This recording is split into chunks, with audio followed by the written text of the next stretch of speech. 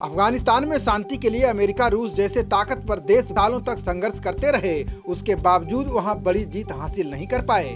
सालों तक तालिबान से लड़ाई के बाद शांति स्थापित नहीं कर सके। उस अफगानिस्तान को भारत के एक राजा ने महज 500 हाथियों के दम पर चुटकियों में बिना युद्ध के जीत लिया था। ये कहानी उस महाप्रतापी राजा की है जिसका नाम सम्राट चंद्रगुप्त मौर्य था। चंद्रगुप्त मौर्य ने अफगानिस्तान की सीमा को भारत का हिस्सा बनाया। इतिहास में इस घटना को भारतीय शासक की पहली कूटनीतिक जीत के रूप में भी याद किया जाता है। ग्रीक, रोम इतिहासकार प्लूटार्क जैसे इतिहासकारों ने महान भारतीय शासक चंद्रगुप्त मौर्य और अलेक्जेंडर के बीच रिश्ते का जिक्र किया है। अलेक्जेंडर के सेनापति सेल्यूकस ने मौजूदा अफगानिस्तान को जीत लिया था।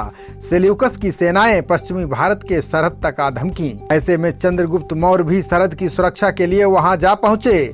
दोनों सेनाओं में जंग छिड़ गई। ये युद्ध एक संधि के साथ खत्म हुआ। इसके तहत सेल्यूकस ने चंद्रगुप्त मौर्य को अफगानिस्तान सौंप दिया था। ग्रीक साम्राज्य ने कंधार के अलावा अफगानिस्तान के दूसरे इलाके पर चंद्रगुप्त का आधिपत्य स्वीकार कर लिया। चंद्रगुप्त मौर्य ने बेहद होशियारी से कूटनीति के दम पर इस इलाके में विजय हासिल की थी। कंधार पर विजय के इतिहास में कई ऐसे साक्ष्य मिलते हैं जिसके आधार पर कहा जा सकता है कि ग्रीक साम्राज्य ने चंद्रगुप्त के सामने सरेंडर कर दिया था। ग्रीक सम्राट ने मौर्य से कूटनीतिक समझौता करना ही मुनासिब समझा था। ग्रीक सम्राट द्वारा अफगानिस्तान को सौंपने के बदले चंद्रगुप्त ने महावतों के साथ 500 हाथी और अनाज यूनान भेजे। इस जंग के बाद मौर्य साम्राज्य और प्राचीन ग्रीक साम्राज्य के बीच कूटनीतिक रिश्ते कायम हो गए। इसके बाद यूनान के राजदूत मेगास्थनीज चंद्रगुप्त मौर्य के दरबार में नियुक्त हुए।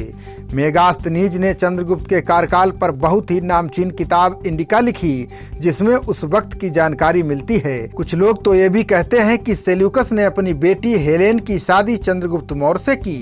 इतिहासकार बताते हैं कि इस वक्त तालिबान ने जिन हिस्सों पर कब्जा किया है वो इतिहास में कंधार का इलाका हुआ करता था। उस समय कंधार की राजधानी तक्षशिला थी। वर्तमान समय में तक्षशिला पाकिस्तान के पंजाब प्रांत के रावलपिंडी जिले में स्थित है। कंधार पर विजय के लिए तक्षशिला को ही केंद्र बना लिया था। इतिहासकारों का कहना है कि शिलालेख अभिलेख से प्रमाण मिलते हैं कि अफगानिस्तान तक चंद्रगुप्त मौर्य का शासन था। चंद्रगुप्त वंश के ही महान सम्राट अशोक ने भी अफगानिस्तान पर शासन किया और इस इलाके में बौद्ध धर्म का प्रचार प्रसार किया। अशोक के शासनकाल में अमरिक और ग्रीक दोनों भाषा अफगानिस्तान के इन इलाकों में बोली जाती थी। अफगानिस्तान में जिस हिसाब से भगवान बुद्ध की मूर्तियां आज भी मिलती हैं, उससे स्पष्ट है कि वहां चंद्रगुप्त मौर्य और बाद में सम्राट अशोक का साम्राज्य था। खबरों का सिलसिला जारी रहेगा। देखते रहिए जनप्रवाद। नमस्कार।